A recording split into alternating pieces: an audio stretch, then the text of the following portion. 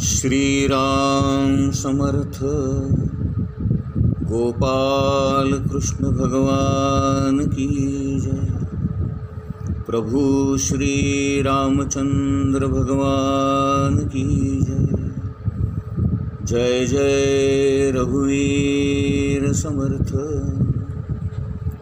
श्री रामदास स्वामी महाराज की जय।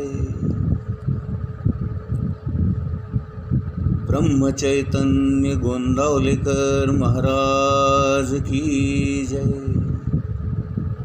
श्री राम जय जय राम। श्री राम जय जय राम। श्री राम जय जय राम। ज्यांनी मला अनुग्रह देऊन हा श्रीराम जय जय राम मंत्र दिला व कल्याणाचा मार्ग दाखवला आणि या मानवी जीवनाचं सार्थक करून घ्यायचं असेल तर नामाशिवाय अन्य मार्ग नाही हे ज्यांनी मला सांगितलं अशा या माझ्या गुरूंना म्हणजेच ब्रह्मचैतन्य श्री गोंदावलेकर महाराज यांना वंदन करतो।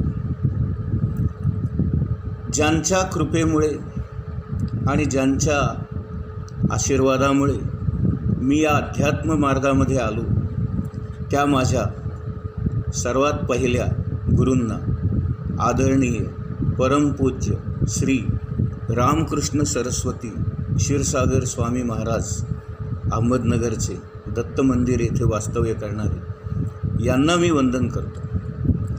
त्यांच्या कृपेनेच मला अध्यात्म मार्गामध्ये येण्याची प्रेरणा मिळाली आणि गेली 28 वर्ष त्यांच्या सेवेमध्ये मी आहे आणि त्यांच्यामुळेच मला ब्रह्म काय, आत्मा काय, परमात्मा काय, आत्मस्वरूप काय, आत्मानंद काय, परमानंद म्हणजे काय या सगळ्या गोष्टींची ओळख झाली।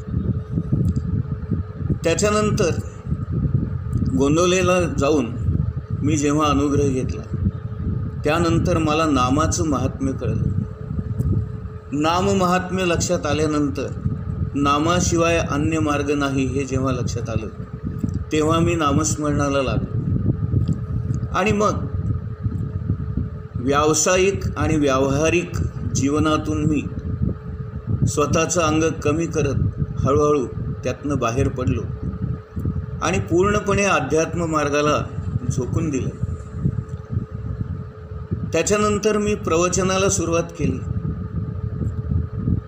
डॉक्टर कुलकर्णी नगरचे ज्यांनी हा आमचा गोंदावलेकर महाराजांचा इथे मठ उभा केला आहे आणि आज 1000-2000 लोकांना ज्यांनी नामाला लावलं आणि ज्यांनी आम्हाला गोंदावलेकर महाराज हे आमच्या आयुष्यात आणून दिले त्या आदरणीय डॉक्टर कुलकर्णी यांच्या कृपेमुळे आणि त्यांनी संधी दिल्यामुळे 2011 साली मी पहिल्यांदा एकनाथी भागवत या ग्रंथावर प्रवचन करू लागलो। तिथून माझा हा प्रवास जो सुरू झाला तो आता एकनाथी भागवत, ज्ञानेश्वरी, भगवद्गीता, त्याच्यानंतर दासबोध, त्याच्यानंतर भागवत असं करत करत आता मी मनाच्या श्लोकावरती काही बोलावं अशी प्रेरणा मला मिळाली आणि ज्यांच्यामुळे ही प्रेरणा मिळाली ते आमचे मित्र चौधरी साहेब ज्यांचा मला परवा फोन आला आणि ते मला सहज म्हणाले की जोशीबुवा तुम्ही मला रोज एक मनाचा श्लोक सांगा आणि त्याचा अर्थ समजून द्या। मग मी विचार केला जर मी एवी तेवी हे करणारच आहे त्यानिमित्ताने अभ्यास होणारच आहे मग हे एकाच माणसासाठी का करा। म्हणून मग मी मना सज्जना मनाचे श्लोक या नावाचा ग्रुपच स्थापन केला आणि आज मला सांगायला आनंद वाटतोय, आश्चर्यही वाटतंय की 222 सभासद या ग्रुपचे झालेले आहेत आणि अजून ग्रुप सुरूही झालेला नाही आहे. ही त्या प्रभू रामचंद्राची, रामदास स्वामींची, गोंदवलेकर महाराजांची, क्षीरसागर महाराजांची कृपाच माझ्यावर आहे. या सर्वांचे आशीर्वाद घेऊन आणि हा प्रकल्प का सुरू झाला याची ही थोडक्यात मी कारण मीमांसा केली. आणि आता आपण आपल्या मूळ विषयाकडे म्हणजे मनाचे श्लोक आणि त्यांचा अर्थ ते सांगणारं निरूपण इकडे वळतो. मनाचे श्लोक या नावातच आपल्या लक्षात येतं की रामदास स्वामींनी हे जे काही 205 श्लोक लिहिलेले आहेत ते आपल्या मनाला उपदेश करण्याच्या उद्देशाने, हेतूने लिहिलेले आहेत की जेणेकरून आपल्या मनाला स्थिरता प्राप्त व्हावी, मनाला आनंद मिळावा, मनाला एकांतवास मिळावा, मनाला काहीतरी त्या परमात्म्याची गोडी लागावी आणि आपल्या हातून काहीतरी साधन व्हावं, ही कुठेतरी त्या स्वामींची इच्छा असणार आणि त्यांनी सर्वांनाच उपयोगी पडेल असा हा मनाच्या श्लोकाचा घाट घातला. त्यांनी हे मनाचे श्लोक लिहून आपल्या सर्वांच्याच मनामध्ये एक प्रकारचा संकल्प निर्माण केलेला आहे की तुम्ही सर्वांनी मी जे काही मिळवलेलं आहे, आत्मज्ञान, आत्मदर्शन, आत्मसाक्षात्कार, आत्मानुभव, आत्मप्रेम, आत्मशांती, आत्मसुख, आत्मसमाधान, हे मला जे काही मिळालेलं आहे ते सर्वांनाच मिळावं अशा तळमळीतून रामदास स्वामींनी आपल्या सर्वांच्याच आनंदासाठी, फायद्यासाठी आणि सन्मार्गावर जाण्यासाठी आणि मनाला स्थिरता देण्यासाठी हे मनाचे श्लोक लिहिलेले आहेत. आता हा पहिला जो श्लोक आहे तो मंगलाचरणाचा श्लोक आहे. आता कुठलाही ग्रंथ जर आपण पाहिला तर त्याच्यामध्ये सुरुवातीला गणेश वंदना, शारदा वंदना, गुरुवंदना आणि मग इतरांना वंदन हे सगळं असतं. हा एक प्रघात आहे किंवा ही एक पद्धत आहे. का करायचं हे सगळं? तर आपण जे म्हणतो ना की परमात्मा, भगवंत, परब्रह्म हे काही बाहेर नाही आहे, ते आपल्या आतच आहे. आणि मग जर ते आतच आहे तर मग आपल्याला का दिसू नये, का समजू नये, का जाणवू नये, या प्रश्नातूनच या सगळ्या गोष्टींना सुरुवात होते. आणि म्हणून जेव्हा आपण खऱ्या अर्थाने प्रयत्न करायला लागतो, काहीतरी साधना करायला लागतो, त्यावेळेला आपल्या हातून नकळतपणे ही जाणीव निर्माण होण्याच्या दृष्टीने काही पावले टाकली जातात, प्रयत्न केले जातात. आता शेवटी ईश्वर म्हणजे काय हो? त्या हृदयस्थ असणाऱ्या परमात्म्याला जाणण्याची ही जी प्रक्रिया आहे किंवा ज्याला आपण जाणीव म्हणतो, ती जाणीव म्हणजे काय? तर जाणीव म्हणजे हे त्या परमात्म्यानी स्वतःच घेतलेलं सगुण साकार रूप असा हा जो ओंकार रूपी गणेश, ते त्याचं रूप होय. आणि गणेश म्हणजेच ज्ञान, गणेश म्हणजेच जाणीव. आता ही जाणीव जी आहे ती दोन प्रकारे व्यक्त होते, एक ज्ञानाच्या स्वरूपात आणि एक क्रियेच्या स्वरूपात किंवा सामर्थ्याच्या स्वरूपात. आता ही जी दोन अंग आहेत भगवंताची, दोन अंग, की पहिलं अंग जे आहे त्याला ज्ञानाचं अंग म्हणतात आणि ज्ञानाच्या अंगालाच एक नाव पुरुष किंवा गणेश असंही आहे. दुसरं जे अंग आहे ते सामर्थ्याचं आहे, शक्तीचं आहे, त्यालाच शारदा असं म्हणतात. आता एक लक्षात घ्या, नुसतं ज्ञान आहे आणि जर आपण काहीच कृती केली नाही, जर आपल्या हातून काहीच कर्म घडलं नाही, तर ते ज्ञान असून नसल्यासारखंच. किंवा दुसऱ्या बाजूने विचार करा, आपण जर नुसतीच कृती करत राहिलो आणि कुठल्याही प्रकारचं ज्ञानच आपल्याला नसेल, तर ज्ञान नसताना केलेली कृती ही सुद्धा एक प्रकारे वायाच जाते. आणि म्हणून ज्ञान असणं आणि सामर्थ्य असणं या दोन्हींची जेव्हा सांगड घातली जाते किंवा या दोन्ही गोष्टी जेव्हा एकाच वेळेला अस्तित्वात असतात, तेव्हाच त्याला खरा अर्थ प्राप्त होतो. आणि हा अर्थ प्राप्त करण्याची क्रिया जी काही घडते ती या शारदेच्या कृपेने घडते. आता शारदा कशी आहे, तर ती 4 वाणींच्या स्वरूपामध्ये आपल्या शरीरामध्ये प्रगट होते.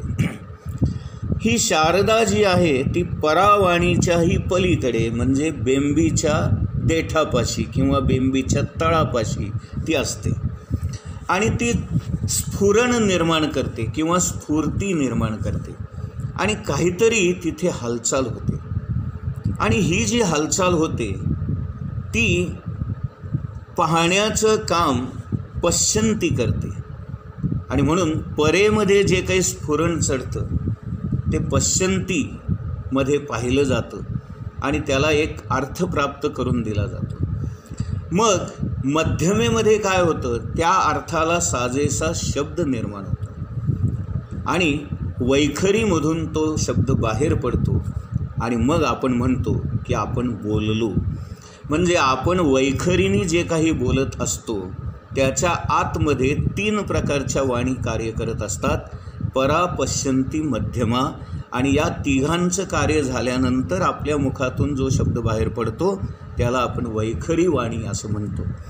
म्हणजे या सगळ्या गोष्टी घडतात, हे जे काही हालचाल होते किंवा हे जे काही सामर्थ्य आहे ते शारदेच्या कृपेने असतं आणि शारदेची कृपा व्हावी म्हणून शारदेला वंदन. पण नुसतंच जर सामर्थ्य असेल आणि ज्ञान नसेल तर त्या सामर्थ्याचा किंवा त्या कृतीचा काही अर्थ राहणार नाही. आणि म्हणून ज्ञानाची जी देवता आहे तो गणेश, त्यालाही वंदन करणं हे आवश्यक आहे. म्हणून हा पहिला श्लोक जो आहे तो मंगलाचरणाचा आहे. म्हणजेच ज्ञानदेवता गणेश आणि शक्ती देवता किंवा सामर्थ्य देवता शारदा या दोघांना वंदन करण्याचा हा श्लोक आहे. आता आपण त्या श्लोकाकडे जाऊया. गणाधीश जो ईश सर्वा गुणांचा, मुळारंभ आरंभ तो निर्गुणांचा.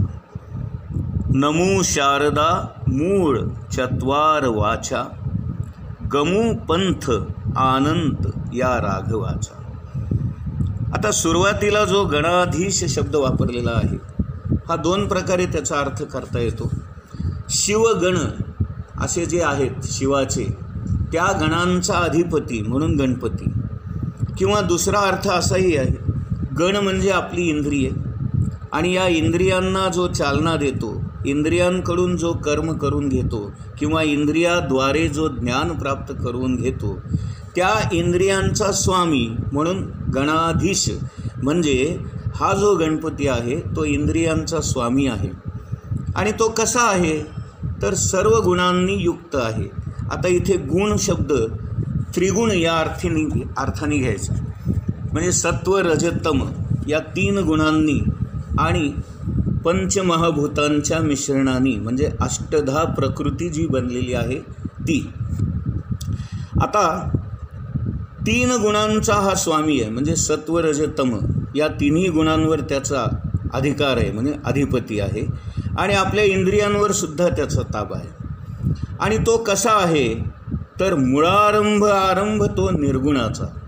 म्हणजे गणेश हा जरी सगुण साकार रूपात असला तरी तो आपल्याला त्या निर्गुण निराकार परमात्म्याकडे नेणारा हा आहे मदतनीस. म्हणून त्या गणेशाला वंदन. का, कारण आपल्याला गमू पंथ आनंत या राघवाचा. त्या राघवाकडे जायचं आहे, म्हणजेच त्या निर्गुण निराकार परमात्म्याकडे जायचं आहे. आणि त्याच्याकडे जाण्यासाठी आपल्याला या गणेशाची मदत घेणं आवश्यक आहे आणि शारदेची मदत घेणं आवश्यक आहे. म्हणून हा पहिला जो श्लोक आहे तो मंगलाचरणाचा आहे आणि गणेश आणि शारदा यांना वंदन करण्याचा आहे. याच्यानंतर कमूपंथ अनंत या राघवाचा, याच्यामध्ये आपल्याला रामदास स्वामी हे सुचवत आहेत की बाहेरचा प्रवास आता थांबवून आपल्याला त्या हृदयस्थ असणाऱ्या परमात्म्यापाशी म्हणजे अंतरंगामध्ये आत आत आत आत जायचं आहे. आणि तो प्रवास आपल्याला एकट्यालाच करायचा आहे आणि शांतपणे करायचा आहे. मन एकाग्र करून करायचं आहे, मन निर्विकार करून करायचं आहे, मन निरपेक्ष करून करायचं आहे. आणि म्हणून हे सगळे संस्कार त्या मनावर करणं आवश्यक आहे. आणि याच हेतूने रामदास स्वामींनी हे मनाचे श्लोक लिहिलेले आहेत आणि त्याचा आपण आता अभ्यास करतो आहोत. जय जय रघुवीर समर्थ.